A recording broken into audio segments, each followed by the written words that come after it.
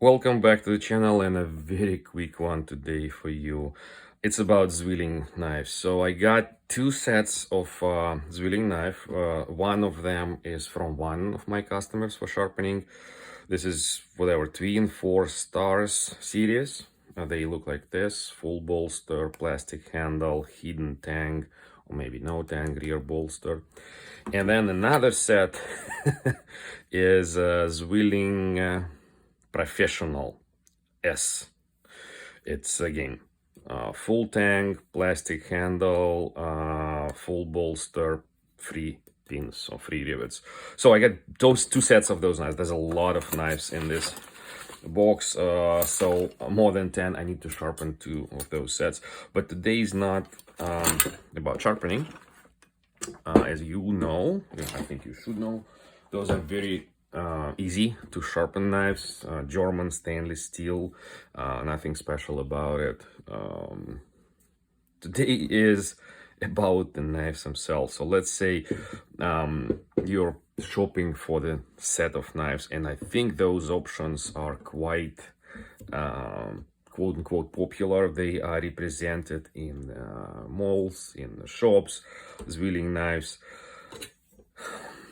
What are you getting, and what you will get with those knives after a few years of use? So this is the way those knives come to me. I see rust spots everywhere, right?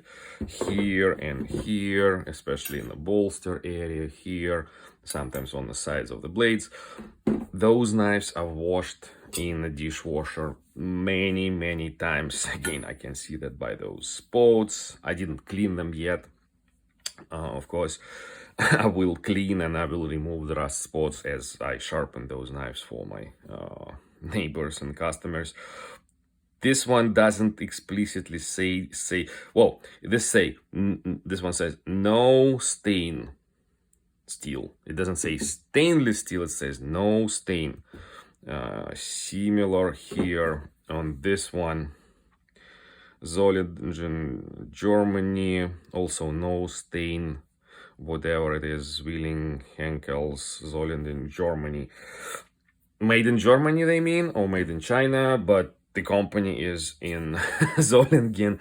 I've been to Zwillingen, I've been to their factory store, and it is a pity. And again, speaking about knives, this one's very heavy, very thick. Literally, like, you don't need this thickness. Very rough spine. Why do you need this kind of rough spine? Maybe you would want to do I don't know, softening the meat, but you should have a hammer for that. You don't have just this knife, especially if you are professional. So absolutely unnecessary overbuild knife. This one is a little bit thinner, well, way thinner, way lighter, feels kind of like better in the hand, a little bit thicker handle. But look what happens with the handle after those multiple dishwasher things. I think it got banged many times, and this kind of plastic's a little bit softer one, got all of those bumps in here. And by the way, those knives are at least straight. Those knives are all curved this way. I don't know how many years ago they were made. I don't even want to ask them. But seriously, those knives are way below the quality I usually set for the knives which I buy and recommend. Not so good. And also, of course, there's more knives, there's more rusty knives.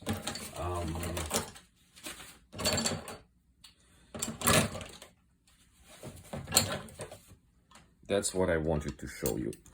How the knife becomes damaged in the dishwasher. You see, there's a crack here, there's a crack here, there's a crack here, there's a crack here. So, this is the peeling knife, right?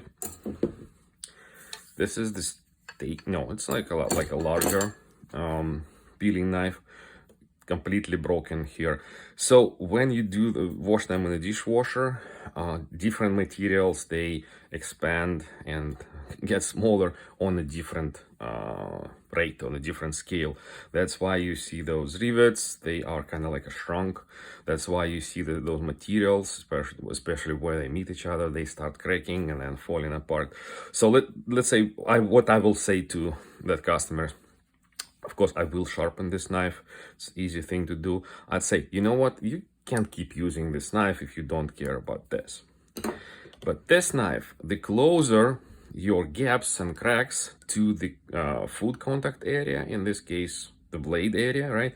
The more chances you will get some sort of bacteria or mold inside there, something you don't want to get on your food, especially if you process the veggies with the peeling knife and serve them in a salad or as is. You don't cook it, don't heat for that bacteria to die. So this may become just a food safety issue, all of those cracks. That's why, by the way, that's why the knives are constructed with the bolster. On the first thing, that one of the purposes of that full bolster is to minimize gaps between handle and the blade, to move all of those gaps as far as from food contact area as possible. But this one is dangerously close.